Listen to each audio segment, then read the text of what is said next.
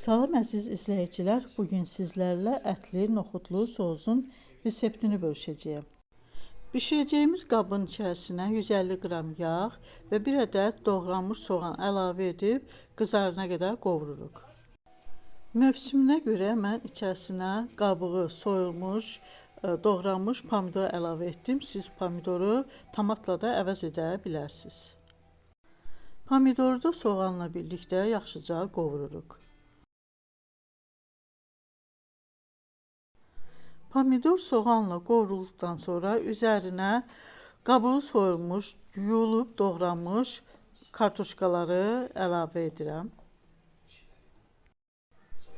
Sonra üzərinə mal ətini əlavə edirəm. Onu qeyd edim ki, mən mal ətini öncədən qaynadıb kəfini yığmışam və kəfini yığdıqdan sonra yenidən bulyonu süzüb ətdən ayırmışam.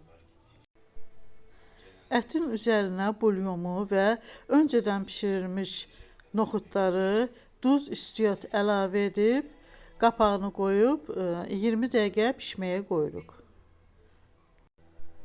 Kartuşkalarımız tam pişdikdən sonra üzərinə doğranmış keşniş əlavə edib altını söndürürük.